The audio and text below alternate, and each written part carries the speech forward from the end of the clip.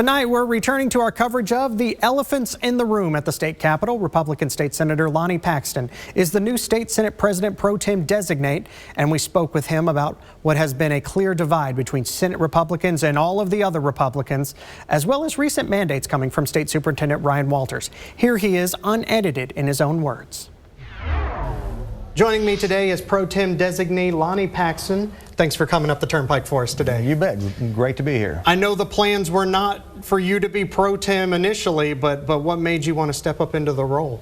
Well, on June 18th, the voters decided there would be a change of plans, what we'd all thought was going to happen, and so it opened the seat up and had a lot of encouragement from people that I know in the political realm, family and friends, that said, you know, it was time for me to step up here and do this. And so took a lot of phone calls, lots of conversations, lots of prayers, and lots of family discussions, and we finally decided to jump in and do it. Because I was wondering if I should call you designated survivor, because some of these people who I spoke with, I called up a few senators after the June election. I said, is it you? Are you interested? They said, if you put me in the chair, I will not do it. I don't want it. So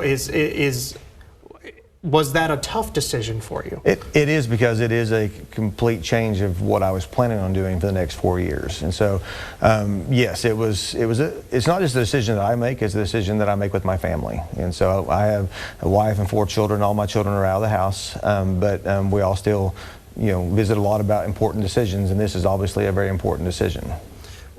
We've seen, and I've said on this program many times, we have 2 parties running this state, Republicans and Senate Republicans. Are the days of that divide coming to an end next session? I think there's a natural divide that just happens from the fact that we are the Senate and they are the House of Representatives, and of course then you have the executive branch. And so there's always going to be some conflict involved in that. But there's also going to be a lot of cooperation as well. So the incoming Speaker designate, Kyle Hilbert, and I are personal friends, and we get along very well. We'll have different caucuses that we lead, different bodies that we lead, but we will do it in a way that there's going to be times that we disagree, but I think way more than anything else, we will be agreeing and working together. So if you had been in charge of the chamber, because Governor Stitt's looking for a tax cut next time around, let's say you've been in charge of this chamber this past session, was it appropriate, the Senate's position, to not have an income tax cut this time around? I think so. We were waiting until last year till we kind of saw what the budget numbers, how much money we would have to work with.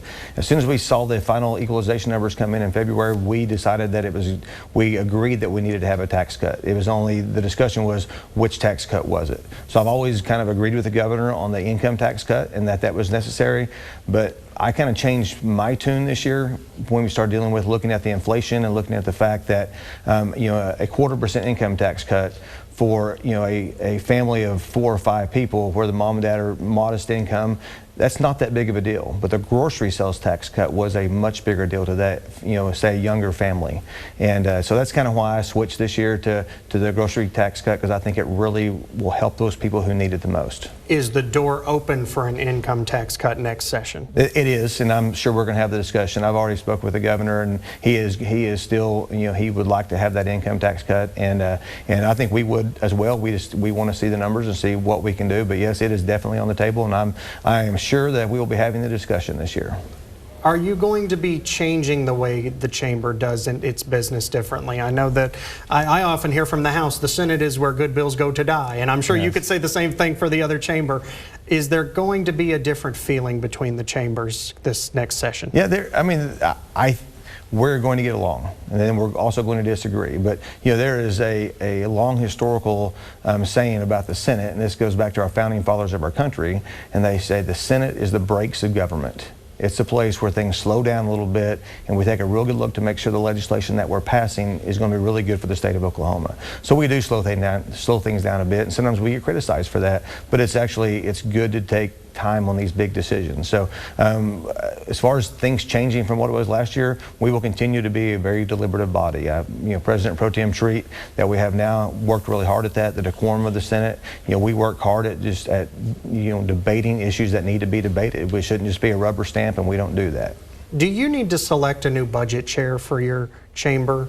I know there was the Thompson issue, and then I think your current budget chair has decided not to seek re-election. I may be wrong in that, but do you have to find a new budget chair and that needs to pretty much lead the way in that as well? Well, so Senator Thompson is not coming back next year. Yes. He's leaving the Senate, and President Pro Tem Treat has put Chuck Hall from Perry in that position right now, and he is coming back. Okay. So we have not made a decision yet on who's going to fill what roles, but he is coming back next year. Were you happy with the budget summit and how that all played out, or could this have been better? Well, everything can always be better, but I am so happy with what we have accomplished, because a lot of us in the Senate were really pushing for the transparency, because not only did the public get to see this year what kind of how the budget process worked, but as an 8-year member of that body, this is the first time I really got to see it, because I dealt more with policy issues, not so much with budget issues.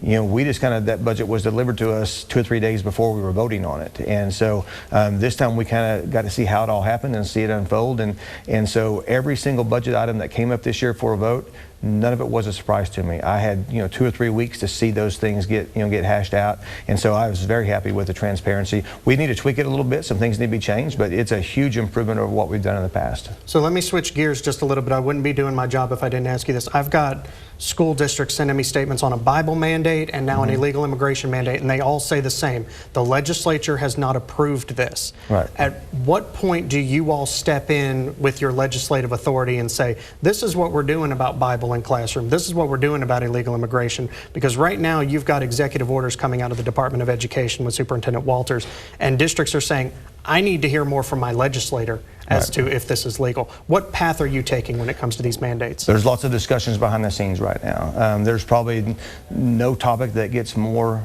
emails sent to legislators right now than issues than the Department of Education is creating.